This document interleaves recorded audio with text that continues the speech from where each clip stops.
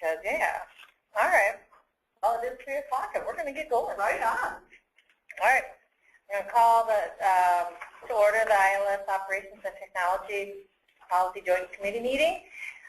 Welcome to everyone online. We'll go around and introduce ourselves and then ask you to tell us who's online. And James, you want to start us out? Sure. James Hills, Embrodo Public Library. Monica Erickson, Chatfield Public. Mary Kay Feltus, Woodconna Public Library. Diane Plager, Rochester Public Schools. Diane Spence, student teacher. Tyler Urban, SELCO. Donovan Lambert, SELCO. Brad Haugen, Lourdes. Ann Hutton, Selco and Self. Michael Scott, SELCO. Cheryl Hill, Selco. And who do we have online? Nobody. Oh, do we have a quorum? I just checked. Okay. I was just going to say, do we have a quorum? We're here. All right, well, then we are good to go. We'll go through the approval of the agenda. Are there any changes or additions anybody wants to make? All right, all in favor of the agenda? Aye. Opposed? All right, well, move as it is. Standing business, well, input from online library. I have a question. I don't know if this is really input, but I was looking at the patient records today, and since we did the last upgrade, there's now the ability to do SMS text messages for overdues and pre-overdues. Is that enabled? That has not been implemented yet. We are studying the functionality to figure out the best way to roll it out. Because it is there in the records. And we're going to be able to roll that out. We should be able to. It'll probably be library by library. There will be an option not to participate if you don't want to. But it also involves money. We have to pay Cersei Dynex for each message we send because they're the ones who send it. So we're still figuring out all the ins and outs of how best to roll it out for a consortium like this one. But I was not aware that there was anything showing up in the patron record. So if there is, we should send out some clarification to let people know that it's not actually working yet. So we will make a note of that. Good catch. Thank you. Wow. And mine really isn't a just a request, maybe. We are the only agency that is double trucked because the SELCO truckers take it to our main place and then they're distributed between our district trucking. Can people just state a white pieces of paper on their SELCO slips instead of colored ones? Colored ones mean something to our truckers. If it has a yellow piece of paper, it means something, and they just throw it in the bin. And I just requested, like, to put out there, I don't want to make a big blue slip thing going on, okay? But don't even go there with you people, all right? You've already done it. No. No, I'm just kidding. But yeah, if people would just, when they're doing their slips, make them white. It's cheaper for you. I'm looking for your better interest. Unless it's recyclable, yeah, and that's what I see. Yeah. But our blues, when they see a blue slip on something or they see a yellow slip, that means something to them, and they don't necessarily read it, they just know that's where it goes. And that's not where it goes, so, but just a request. So Michael can send out a reminder to people that if you remember, when you send things to RPS, please use white. I want to go back to James's comment and maybe ask the group the general sense of SMS. Are you like wanting it? Are you like not wanting it? I could see advantage for us. As a patron, I would love it. Love it. Do we know how it would work? Mary Kay's question? That's kind of what we're still working out. Okay. In typical fashion, the documentation is kind of vague. You basically just turn it on and it works. And as we know, when you're in a consortium of independent libraries, there's usually a little more to it than that. What we do know right now is that we set up our system with the different carriers that are involved. Cersei Dynex actually handles sending the messages out, so we pay them a certain amount per message.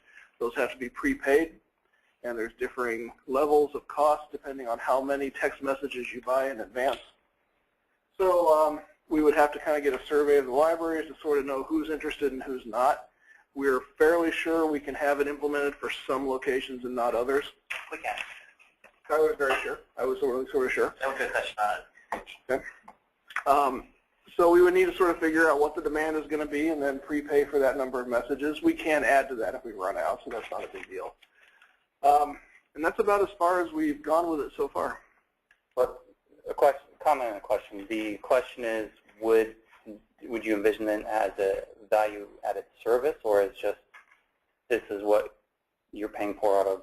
I'm envisioning it as just part of the automation system, so probably no cost associated with it other than probably we would be passing on the cost of the messages themselves, just like we currently pass on the cost of the paper notices. But we hadn't even made a full decision on that yet. I haven't even talked to Ann about any of this. So she's hearing this for the first time too. Oh, I asked the question, that's fine. Well, and the comment is, I'm not sure how cost-effective it would be. I mean, people with smartphones nowadays, they're getting emails for free. I'm not sure why they would want text messages, but I guess that would be up to the users, so I don't know. That's just the thing. We don't really have a great way to know how popular it would be. I can tell you at SELCOtv that the people who had implemented said it was wildly popular with their patrons. And they did not advertise it at all. No, It was completely soft go live, and it was wildly popular with their patrons. It would just suddenly appear in their patron records. They could sign up for it. Well, then, so we need to maybe put that on a later meeting agenda for a couple months from now once you've had time to do more investigation. Yeah. Okay. Yeah, Enterprise has kind of sucked all the oxygen out of the room right now, so we've kind of put it on the back burner. We've had a few conversations, but that's not it. Do you have any idea what the cost per text would be? Tyler, Cheryl? Not a direct cost per text. The presentation gave us two prices for packages, the smallest one and the largest one. There's ones in between. I will preface by saying that. But it was $600 for 5,000 annual, or $13,000 for $1 million annual. That's 12 cents a text, presumably on the low end.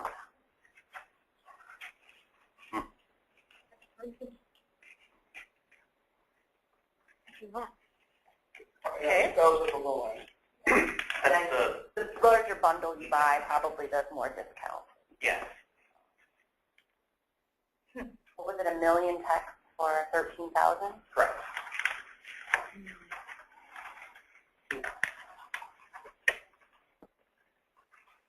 What about tweets?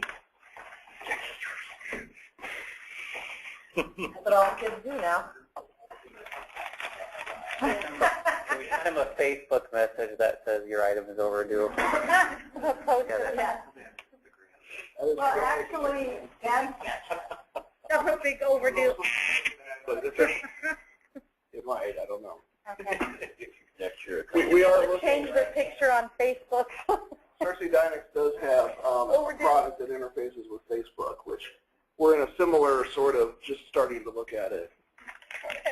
I don't know that it sends notices out. All I've ever heard is it allows you to search the catalog through Facebook. I was just kidding. No, but that was actually Because if they wanted to, they could just put their Facebook mail in their... Sure. The 1.3 cents. Like 2 cents on the other end. Okay. Yeah, you round up. Like 0.013. Phone call from Michelle. Her internet went down, so she won't be able to attend. Oh. All right, any other items from input from the library? All right, then we will move on. And technology project report. Okay, the list is kind of light this time around, mostly because we've got so many people working on Enterprise. We got a PC purchase, a technology purchase that will be kicking off on Monday, so you'll be getting the order form then. Not a whole lot's changed with that. The prices are about the same for everything. Mike wants to put some kind of joke item in there since it's April Fool's Day, but I told him he can't do that. The Wordpress upgrade that I mentioned at our last meeting that we had some problems with has been completed for all sites. Cheryl and the cataloging team are still busily working on OCLC reclamations. Group 1 libraries met in January, and Group 2 is beginning their process. Cheryl, do you want to add anything to that? Exhausted. I'm really tired of seeing codes and No, it's going well. Everyone is, I sort of send them a lot of reports. They sort of do a lot of cleanup. They send me stuff back. A lot of back and forth, but it's moving along. So, I have good people working on the project. We're learning something every time. Good motivator for cleaning. Yeah. And then after that, the last item is the enterprise implementation, which we'll be talking about later on in the meeting. Okay. But I'll be happy to talk more about any of those or take questions on other things. I just have one question for Cheryl. Do you see us as this kind of cascade down?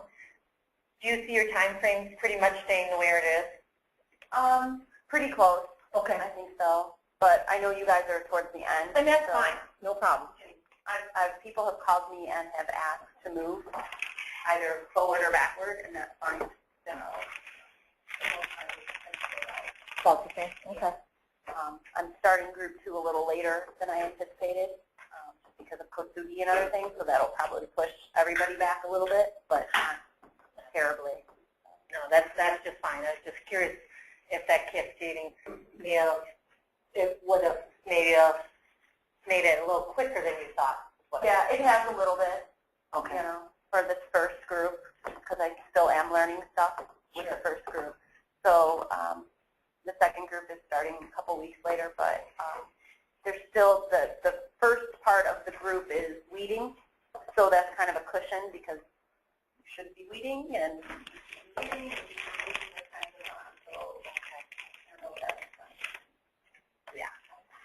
And we're still collecting boxes of books.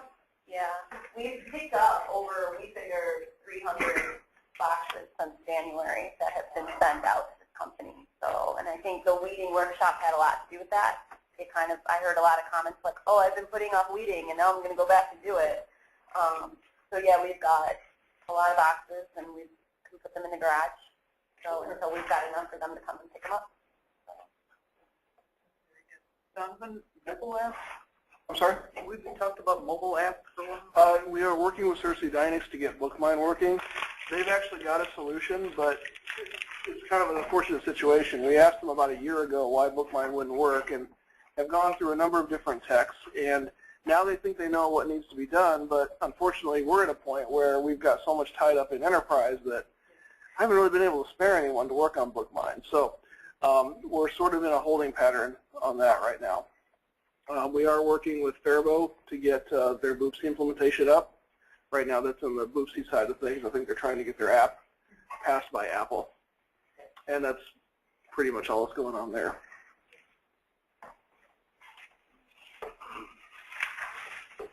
Anything else? Sure. Okay. All right. Well, then we'll move on to unfinished business. We'll move into the enterprise implementation. Okay, so Tyler's going to take over here, but I just wanted to mention, you'll recall the plan is for us to get a basic implementation up right now, which has been done. This is actually running in Cersei Dynex's data center, since this is a hosted solution.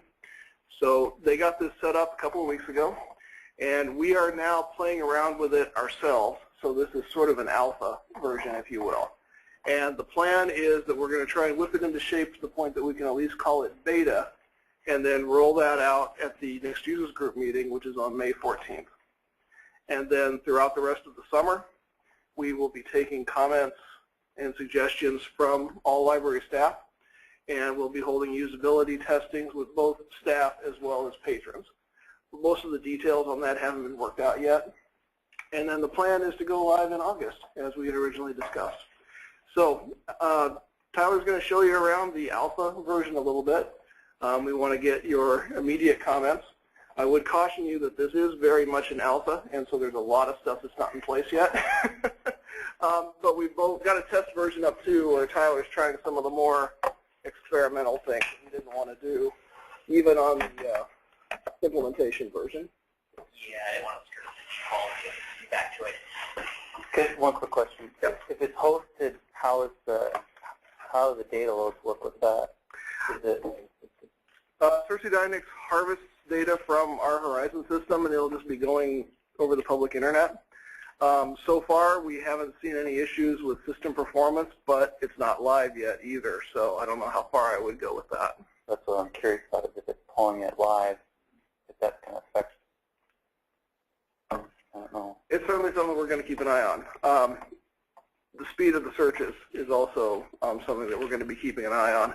It's kind of hard to test that until we get the entire world working on it. But Are they all, like all enterprise implementations, are they all hosted? Okay. they don't offer an unhosted solution on that, so we didn't have any choice. And that's the direction to move everything.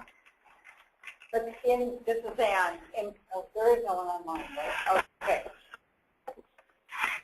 In the harvesting of the data, they're doing it more frequently during the day. Yeah, it's not a once-a-day thing the way it is with Aqua Browser. There's an advantage. They do frequent harvest, not of everything. They're incremental harvests. So those of you who have worked with backups, it's just things that have changed in the database since the last harvest. And my understanding is that they do that every few hours. So hopefully when you add something, it won't take till the next day for it to show up. So really, in some ways, too, the things like the inventory project are good because the more data we can call out of the system, the faster performance will be. I would say so. Although once they do that initial load, if they stay incremental after that, hopefully the speed will not be such an issue because they're going to be pretty small loads at that point.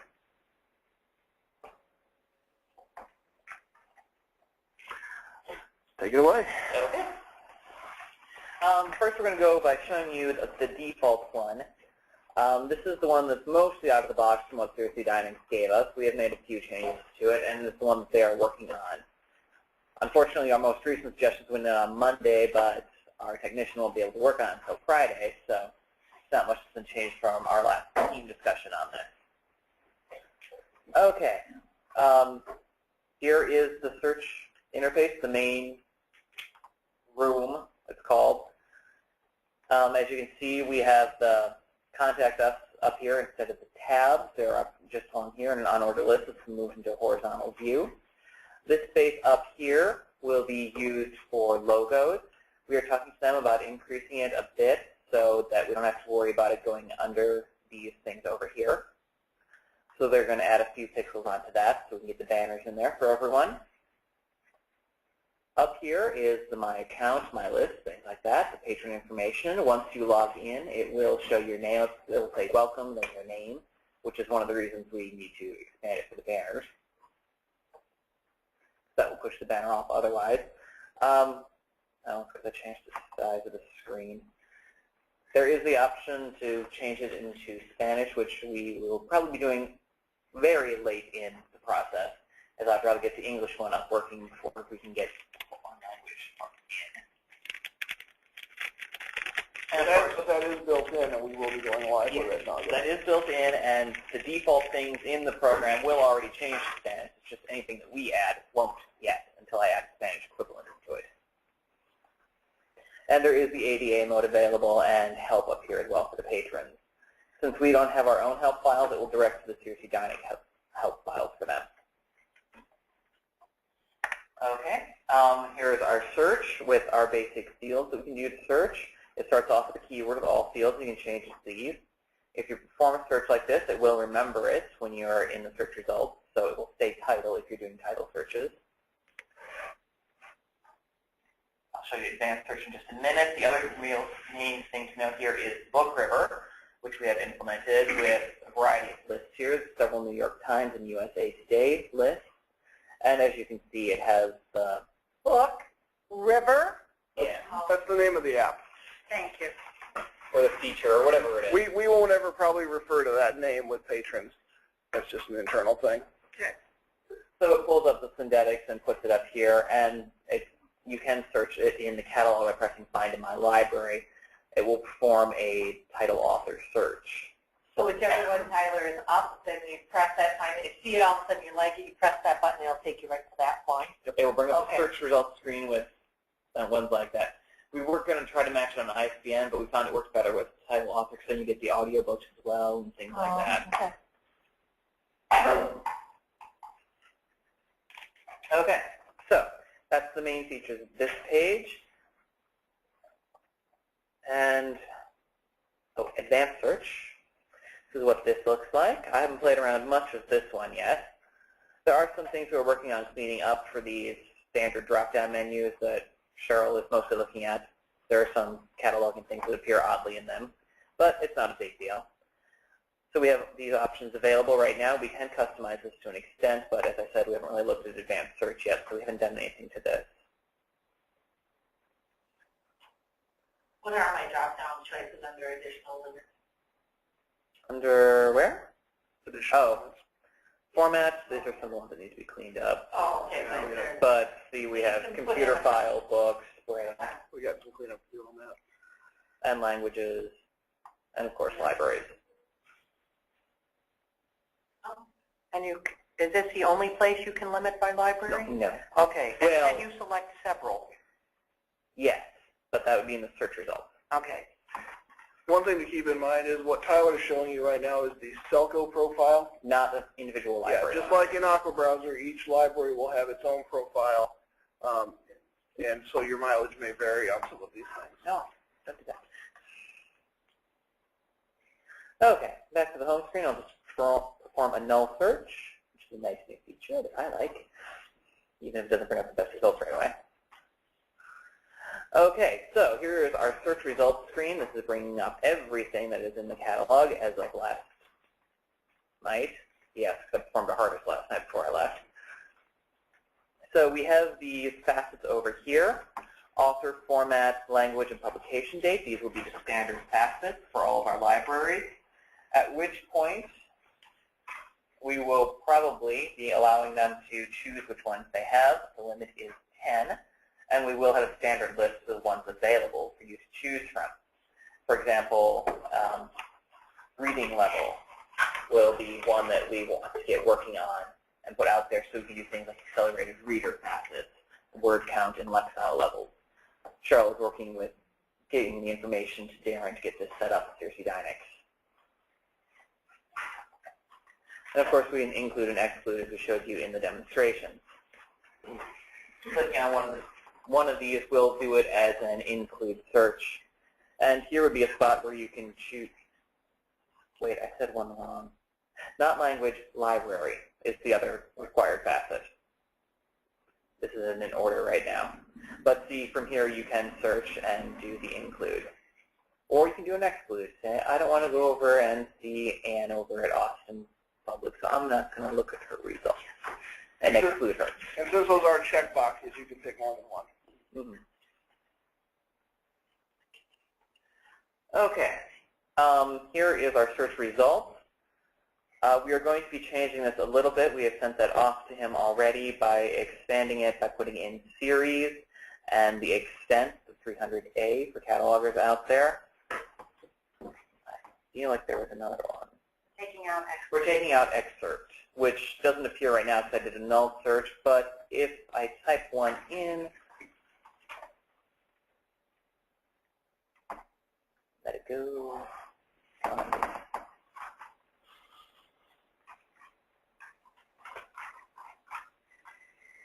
You'll see this excerpt is basically the first thing in the record that contains the search phrase. So we're not finding that particularly useful, and we want that removed.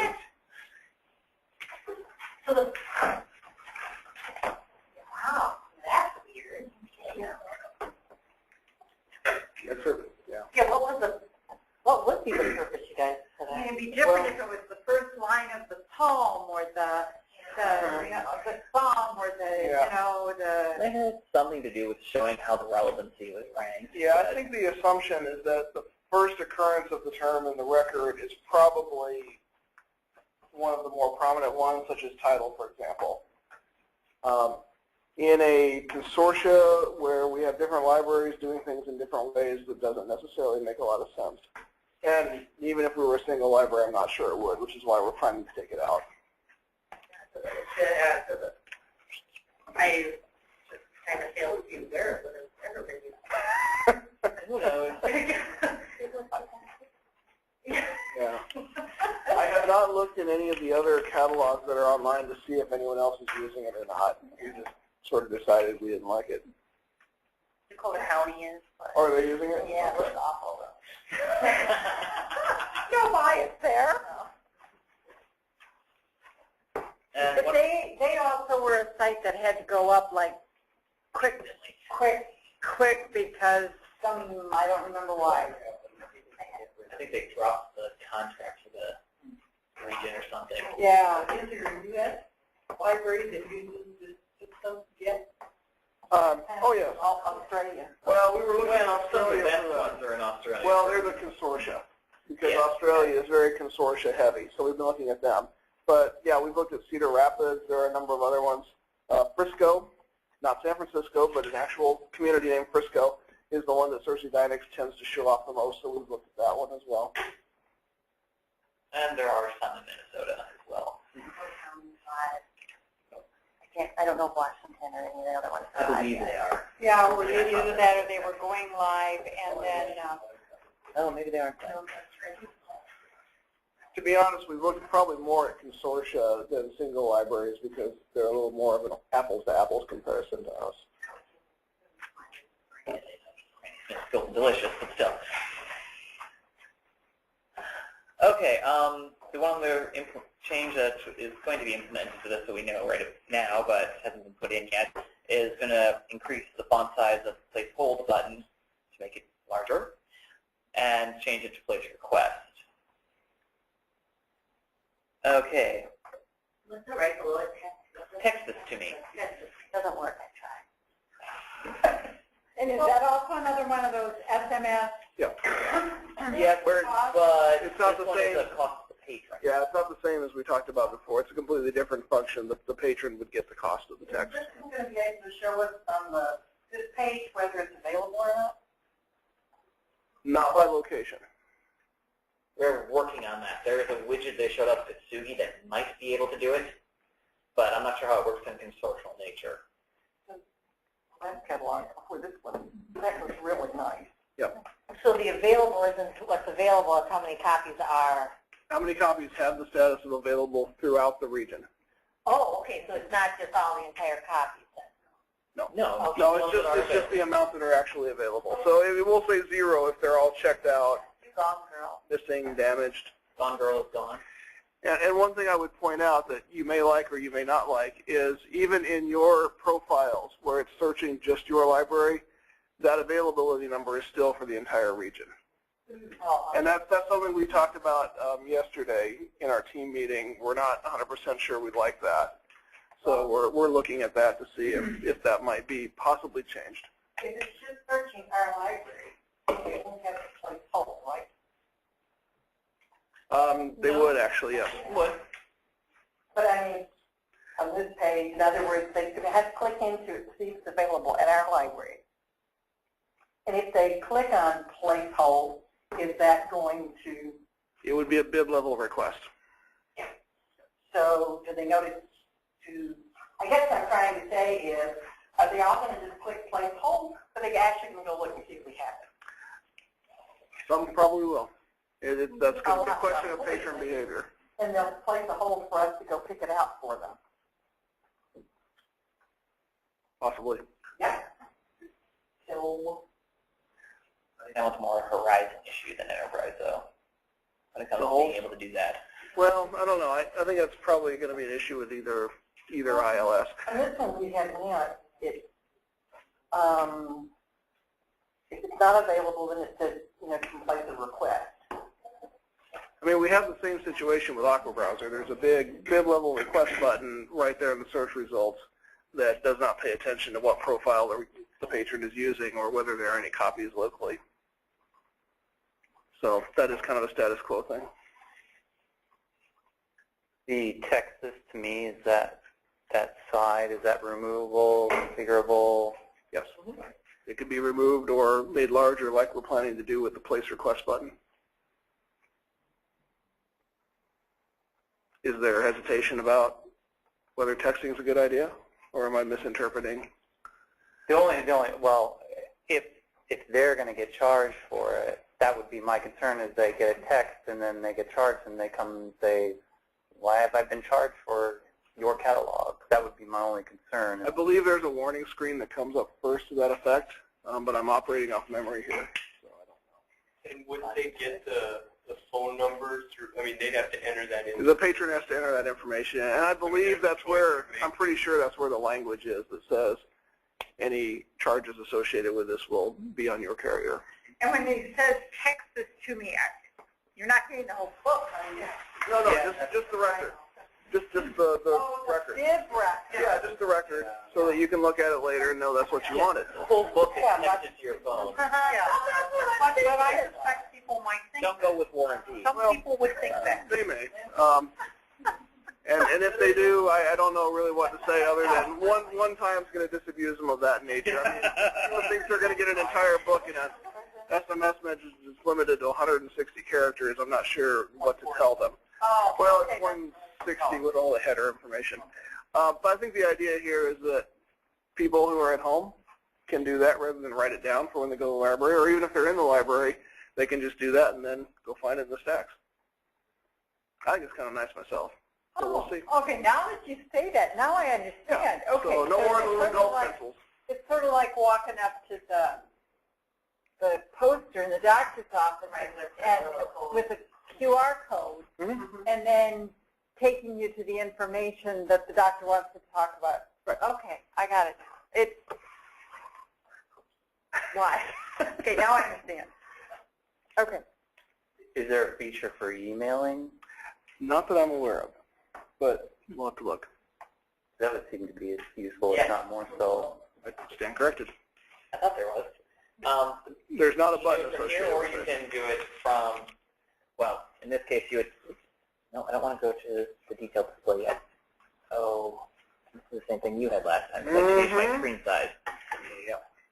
You can just hit Control zero back out. I'm sorry? Oh. That I don't know. My understanding is it should happen pretty quickly. Yes. From this screen, you would have to check it and then select an action email. You can also add it to your list. Place the holds from this way if you want to place holds on multiple items at once. And of course, you can do the text to me, or you can print off. So theoretically, we could probably have an email button there too. I think the people who designed the interface were worried about button fatigue if we tried to put too many things up there. And since text messages are probably the most instant gratification-y thing, that's what they put up there. But I think we can tweak that if there's comments to that effect. When right now, are you just kind of showing us and we ask questions about it, or are you actually wanting feedback in this session? Are you waiting for beta? Feedback here is useful. I would just caution you that our focus is just trying to get things figured out when we send it live in May. But anything we hear now is helpful, because some of these things we're still trying to figure out ourselves. And be careful. Go live in May is Yeah, still beta. I shouldn't use the word go live. Go That's why I was asking if you're just kind of demoing now, and we should be. I don't want to get too sidetracked in making comments if you're not looking for them now, you're waiting for beta. So. No, comments are definitely good. What would they need to know about this? Here's a reminder of something I might want to read someday, or I want to actually go to my library and look it up on my text and go, okay, that's over here. I would need to check the... We need to see it. Yeah, We haven't format looked for yet. it. It's not functional yet, so we don't know. My understanding is it's just basically it's either the brief or the full record, but I'm not sure exactly what. We need to see it still. Have you ever even clicked on it and texted to me? Oh, because then I just wondered, does it ask you for your number then? Yeah, then you can type in your phone number. Okay. And it did pop up with a warning that said general test. These may apply. Yep, it did say that. Is there a check mark for search all libraries? Is there what, Peggy? A check mark for checking all libraries when we're searching? In other words, Yes, there is, because I didn't. but it's not implemented fully yet. Okay. Well, the default is searching all unless you specifically exclude, or? No, the default is to search just your library if they're in your profile. If they're on the... Still the SELCO Okay. one. So this one is defaulted to search all. Right. Okay. The only way to change that in the SELCO one is to use this passive over there. Yeah. But in your profile, it will search just your library by default. Jonathan, could you go back to that text message screen again, the previous one? Okay, that message about charges applying, is that at the bottom of it? Above the button it says text to me. Yep. So you have to go down to get to there to see it. I think it should be on the top too. Yeah, I'm just thinking, they don't read. So they're going to have to read at least down to the bottom because that's where they send it. You have to go to the button there. Okay, but I guess what she's trying to say is if you have that up before they put in their telephone number. Yeah. I don't know. I think I would, personally, I would rather have it right there before they have to actually click the button. As long as Because otherwise you have to click the button, Yeah. you can't just hit enter. Yeah. Have it both ways. Well, we can check on that. Well, I'm just thinking about, they put the number in and the carrier and all that, they select all this kind of stuff. This message at the bottom, a lot of people just kind of disregard it. They don't even think about it. It's just click, click, click. And maybe it wouldn't make any difference, but I just see too many people clicking and stuff, and then afterwards, why am I, like on a printer, how come I'm getting 100 pages? I only wanted one, and 100 came out because they haven't followed the directions. Well, that is something we'll look at as we continue to tweak it. I know. Just All I can see is, some team coming in and filling it out 14,000 times, and your parents getting enormous texting bills, to the library. So, no, it's just their phone. But that doesn't work that way, Cheryl. But you do it. It's your problem. Everybody has to know accounts. I mean, with his normal text rate, if he texts it to me right now, it's not going to charge me anything. It's just going to use one of my. Depends on your. Yeah, it depends on how you put it together. So I mean, the kid that is, is texting all day long, probably has an unlimited. Yeah. I mean, so if people with an unlimited, you're not going to get any charge. Well, no, but I mean, we have to get into that. I don't think people who have bears and one, which I used to, wouldn't want to use it. Right. I wouldn't want to text myself because I have that. So. Hey, Brad, you want to give us your phone number and we'll Yeah. text it to you? 507-398. Yeah. 4117. Last time we tried this, it didn't work. So I don't know. Verizon. I don't know if it's going to work for us. Well, here's the question. So who actually gets charged? Is it based on your own plan, or is it? Yeah, it's whatever your text plan is. This kind of goes back to what we were talking about earlier with why is Verizon charging us for the catalog SMS? okay, you already got it. It's that fast. It just, that's what I was wondering. It gives you a link back to the record. Okay. Why they're handling it differently in Enterprise as opposed to notices in Horizon, I can't tell you what Cersei Dynix's reasoning is. Enterprise is a different system, though, and I suspect that's got more to do with it. But I don't know. Well, one is overdue, and one is I'm searching right now. So it would make sense. It makes sense to me that because it's the library that is choosing to send out the overdue notice. So therefore, Cersei Dynix is going to charge the library for that service, as opposed to I'm the patron and I'm doing the searching and I'm making a decision to send myself a text or my mother to pick up the book, so that I don't have to go to the library to pick up my book after school. Yeah, I'm not sure why they're being handled differently. You're saying that a business like Cersei Dynix isn't trying to double dip on this? No, I am not saying that. Come on. I think if they were, they'd be charging us for the text messages here as well. I'll charge you based on what profile you're in, or what the home library of the patron is. But if Brad got one of those, and it just left you a link, so you had to open the link. So if I'm standing 15 feet away from any place that could get me anywhere, he would be able to open it anyway. Well, At that presumably if you can get the text, you've got something, even if it's only just cell coverage. and you'd be able to open the A site. lot of people have like the track phone, don't do that kind of thing. Well, that's what Brad's saying is that if I have a track phone or my plan is the limited texting, I'm not texting it to myself anyhow. Yeah. Yeah. By accident. Yeah, I did take you back to the record. So, Okay. Thank you for testing. Can you see what it looks like? There goes my phone. Oh, okay. Yeah. Opens it right up. So let's let Tyler continue showing, because he's got neat stuff to show you. Yes, I haven't a chance to play this text to me yet, so I had no idea what's going to happen. So we'll do more looking and checking so that when we can come back, we'll have more information for you. Okay, so that's what we have so far for the search results page. Next one is the detailed results. We haven't gone too much into this one yet in customization. There are a few things that obviously need to be fixed, like ISBN needs a different separator instead of a single space. We are working, for some reason it doesn't have format in here. I can do that fairly quickly, but I need to format it to make it look good. So here's our basic bibliographic results, search terms and all of this. Once you click on them in here, it will perform the search in Enterprise to bring up similar searches. Does that search take you out to SELCO land, or does that just stay within your library then? It should stay within your library. So only subject terms within that are used within my library with that term? Yes, because it will stay, it will remember that it's searching your library, unless you switch it to search in SELCO, in which case it will continue searching in SELCO. Scroll down, does it show where the available ones are? Yeah, that's the next one down here is in the accordion. But first, you'll see again, these are here, either for the bib level. We haven't got item level implemented yet. And we want to switch this around because the buttons are in opposite positions. They are in the search results page. I don't know why.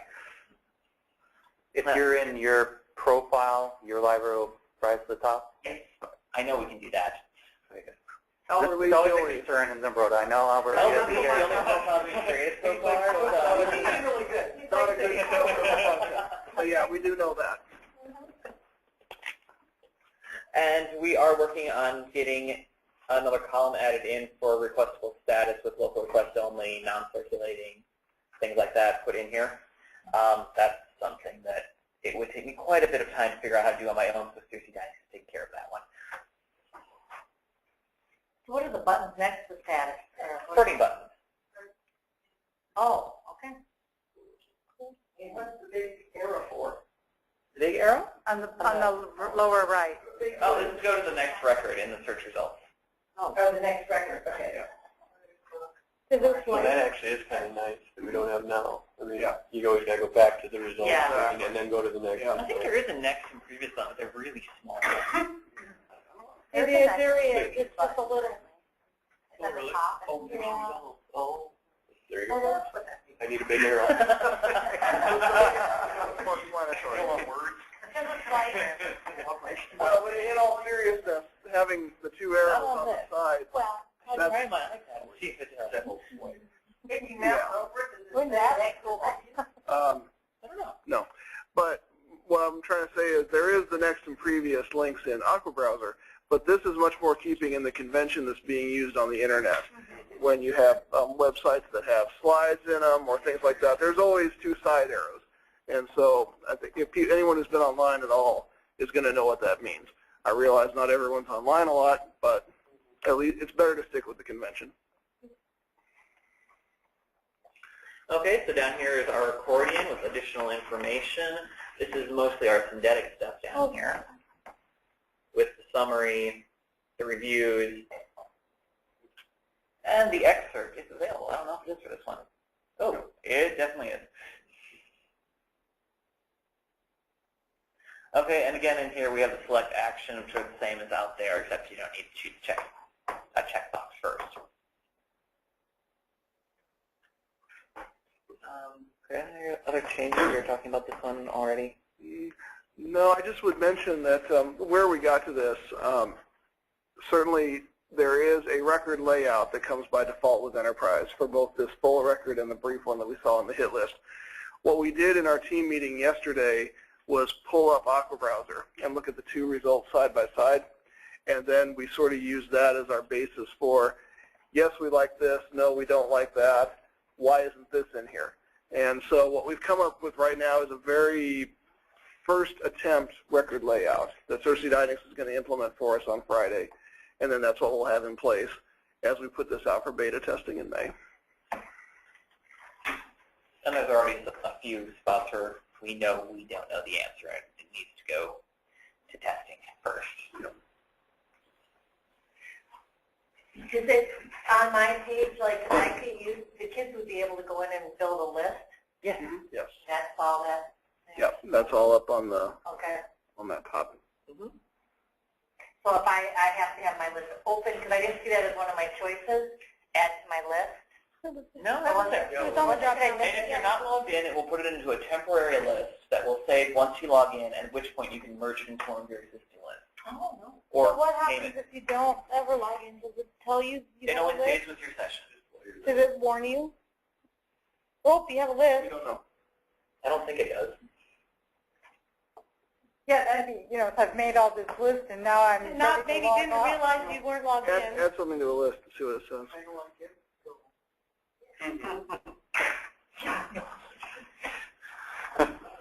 Oh, no. And, well, it does say two temporary lists at the top. And then close the Okay. tab and let's see what it does. I've got a link to it right there in the bookmark so we can open it again. I think you'll let my test one open. Yeah. So yeah, it doesn't look like there's any warning on that.